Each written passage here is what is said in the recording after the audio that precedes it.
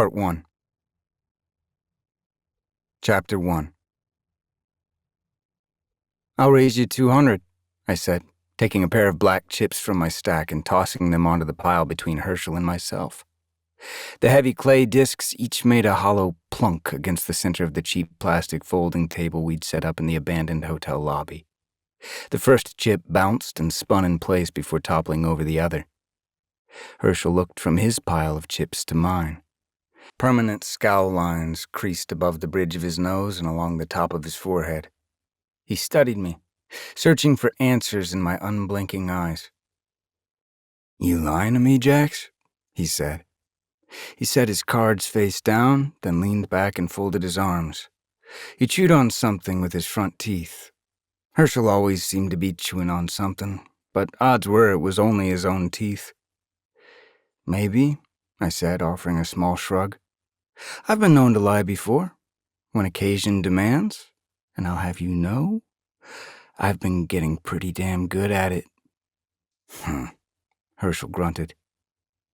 I set my own cards down and returned his look. "You can scowl at me all day, but you're never going to know unless you call my bet." I swallowed, and his hawk-like eyes shifted under their heavy, looming brows, snapping their focus to the subtle movement in my throat. "You're lying." I shifted uncomfortably in my chair, breaking eye contact and fiddling with the corners of my cards on the table. "Then call my bet," I said, locking onto his eyes again. "You shouldn't do that," Herschel said, his voice sounding like boots trudging through gravel. "Do what?" He gave me a once-over. "All of that. Liars hunch in. They check their cards too many times. They hold their breath. They have fake smiles and tight lips." He leaned forward, and the harsh lines crisscrossing his face deepened into rifts. "You blink too much. You keep fiddling with that silver ring on your right hand. You bounce your leg up and down like it's got a sparking muscle spasm. And when you stare straight into my eyes like you're doing now," he shook his head, "that ain't strength. That's the fear of a lying fool who thinks he can trick an old bear into running away." With both hands, Herschel shoved his pile of chips toward the center of the table, collapsing their neat piles into a colorful heap. "We need to get some scars on that baby face of yours," he continued, leaning back in his chair again. "Toughen up that pink skin so it don't move so much when you try to lie." I ignored him and looked from the pile of chips to the real prize off to the side. An unopened, king-size Snickers bar. I couldn't remember the last time I'd tasted chocolate. Since we'd arrived in Galveston 2 days ago, we'd spent most of the time scavenging for better food than our rations of wrinkled potatoes. At first, we'd agreed to split the Snickers, but after Herschel found the poker chips at an abandoned cards and collectibles shop, he suggested we play for it. A small smile pushed against the rhinoceros hide that formed Herschel's face, lifting his weathered skin against its own weight. I shoved my own towers of chips into the pile. "I call." His face pinched in a twitch of confusion, and he shook his head in disappointment. "Ain't no point in bluffing now," he said, flipping over his cards. "2 pair, king high." I scooped up my cards and turned them over. "Full house." He stared at my hand as if he couldn't understand the symbols on the cards. Finally, he met my eyes. "You weren't the one who found the poker chips in the cards and collectibles shop," I said. "Huh?" "I spotted them like 3 hours before you did. I know how much you love poker, so I put them out in the open for you to find. I guessed that you'd want to wager the Snickers, and well, I guessed right."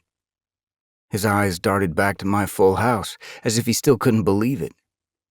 "It's a whole lot easier to lie than it is to pretend like you're lying," I continued. "You know, take it a hair too far and the gig's up." Herschel gave me a rare nod of approval. "Well played." He slid the Snickers bar to my side of the table. "And well earned." I drew the sword I always kept strapped to my back.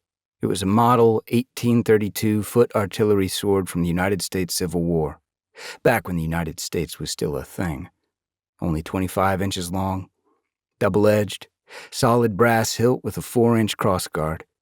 There were certainly swords better suited for combat out there, but none of them held the same personal significance as this one. With a swipe, I chopped the candy bar, wrapper and all, in two. "Pick a half," I said, nodding to the divided Snickers as I wiped my sword clean and returned it to its sheath. Herschel sighed. "I ain't gonna say no to a bit of pity." He picked up a piece and tipped it in the air in thanks. "At least if we die today," I said, biting off a hunk and savoring the burst of processed sugar inside my mouth, "we die with chocolate in our bellies." Herschel reached down to the titanium prosthetic leg that hung from his knee. He opened a small hidden compartment and pulled out a half-smoked cigar and a lighter. None of us knew how Herschel had lost his leg. He refused to tell us until we guessed right. We'd made it through all the boring guesses: infection, blood clots, explosions, shark attacks. Hundreds of guesses later, we still didn't know. Cigar in one hand, Snickers in the other, Herschel settled back in his chair, plopped his prosthetic leg on the table, and released a contented sigh. Once I'd finished the chocolate, I reached into my back pocket and took out the little black notebook I kept there.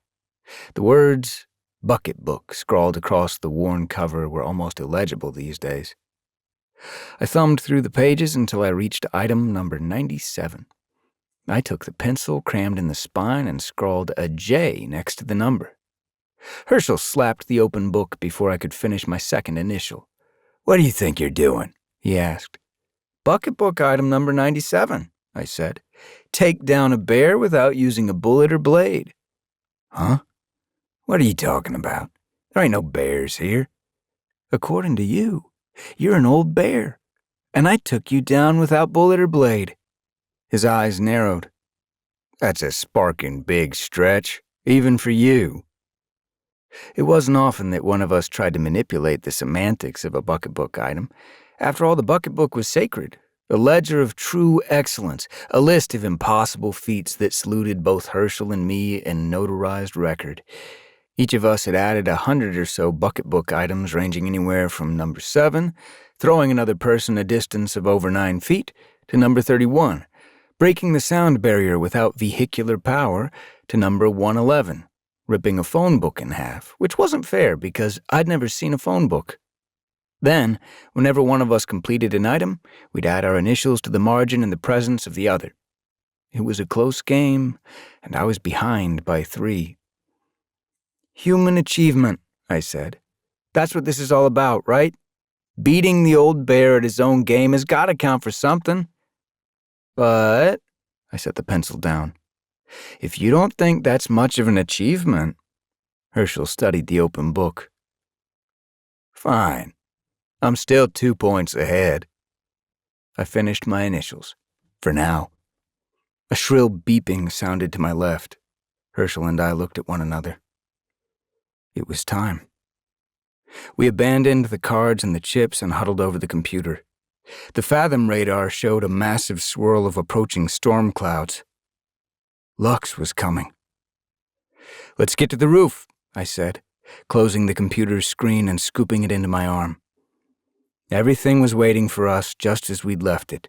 Scopes, drone bays, remote device managers with dual guidance joysticks, 50 caliber rifles mounted to the roof, and rocket launchers. Just in case.